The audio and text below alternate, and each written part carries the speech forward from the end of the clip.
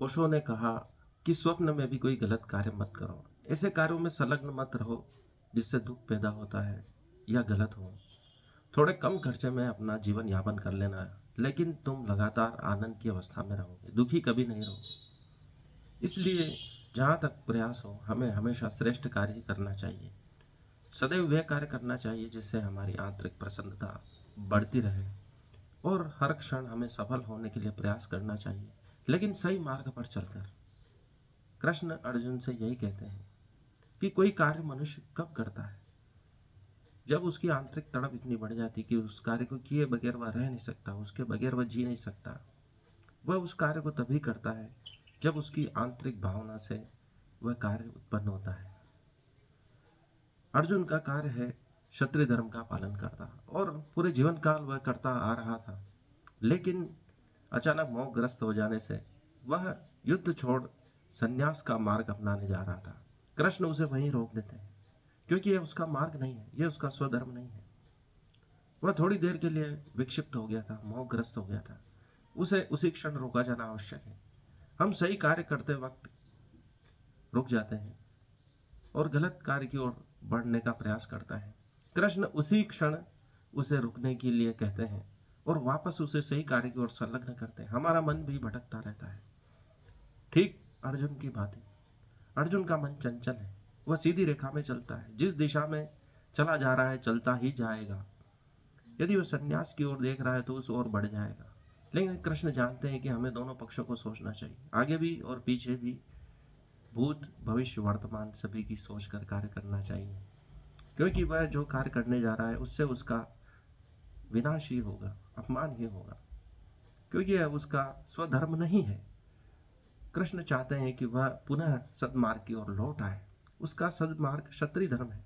वैसे ही मनुष्य हर क्षण चंचल मन के कारण भटकता रहता है, उसे बार बार सही जगह पर लाने की आवश्यकता है।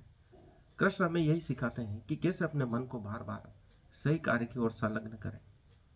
इसके लिए आवश्यक है हम मन को देखें। यही दृष्टा भाव होना है जो कृष्ण गीता में सिखा रहे हैं।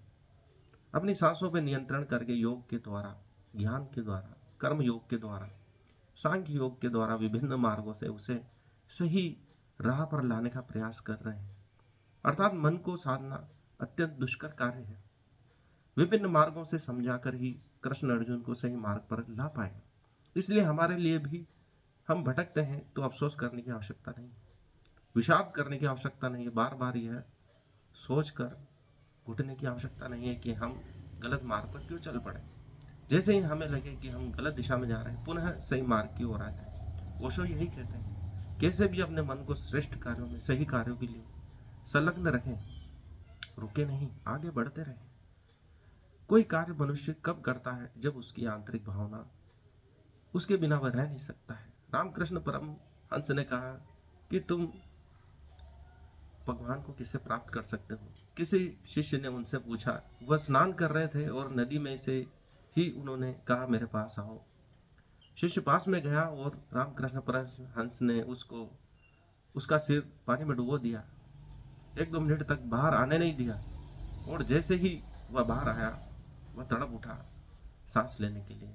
एक लंबी सांस लेकर बोला, परमात्मा की मैं बात कर रहा था, कैसे परमात्मा को प्राप्त करें, और आपने मुझे सिर सहित डुबा दिया पानी में।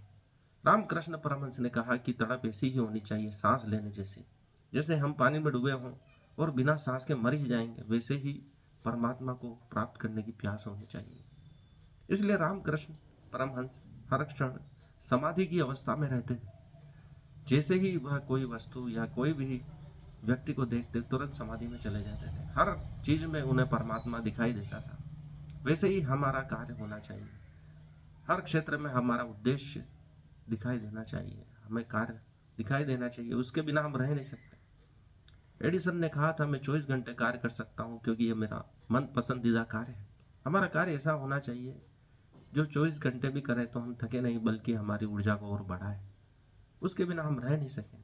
बार बार उसको करके, बार बार उसका रिवीजन करके हम आनंदित हों और हमें खुशी महसूस हो, ऐसा कार्य होना चाहिए। कृष्ण अर्जुन को यही बात समझाते हैं, तुम्हारी खुशी क्षत्रिय धर्म के पालन में है।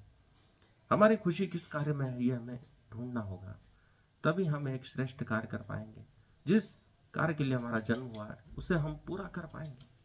यही गीता का संदेश है, श्रेष्ठ लोगों का संदेश है। ओशो भी यही कहते हैं कि हमें जिस कार्य में खुशी मिले, और वास्तविक खुशी क्या है, किस कार्य की वास्तविक खुशी हमें मिलती है, किस कार्य को करने से हमें वास्तविक आनंद मिलता है, उसकी खोज आवश्यक है। वरना वरना मनुष्य पूरा जीवन बिता देता है और असली कार्य जिसके लिए उसका जन्म हुआ है ढूंढ नहीं पाता है। यही उसके दुखी होने का कारण है, बार बार जन्म लेने का कारण है। जिस उद्देश्य के लिए हमको भेजा गया है हम उसको पूरा नहीं करते हैं, और परमात्मा जब तक पूरा कार्य नहीं कर देते हमें भेजता ही रहता है। जैसे गुरुकुल में, प्राचीन गुरुकुलों में परंपरा थी, जब तक शिष्य पूरा ज्ञान प्राप्त नहीं कर लेता था उसे गुरुकुल छोड़ना नहीं होता था। सुदामा से पहले ही कृष्ण विद्या प्राप्त कुछ महीनों में करके चले गए, क्योंकि उन्होंने सारा ज्ञान गुरु से प्राप्त कर लिया था। जबकि सुदामा कृष्ण बलराम से पहले से ही पढ़ रहे थे गुरुकुल शांतिपनी आश्रम में, लेकिन उनका ज्ञान पूरा नहीं हुआ। गुरु कहते हैं कि अभी तुम्हारी शिक्षा अधूरी है।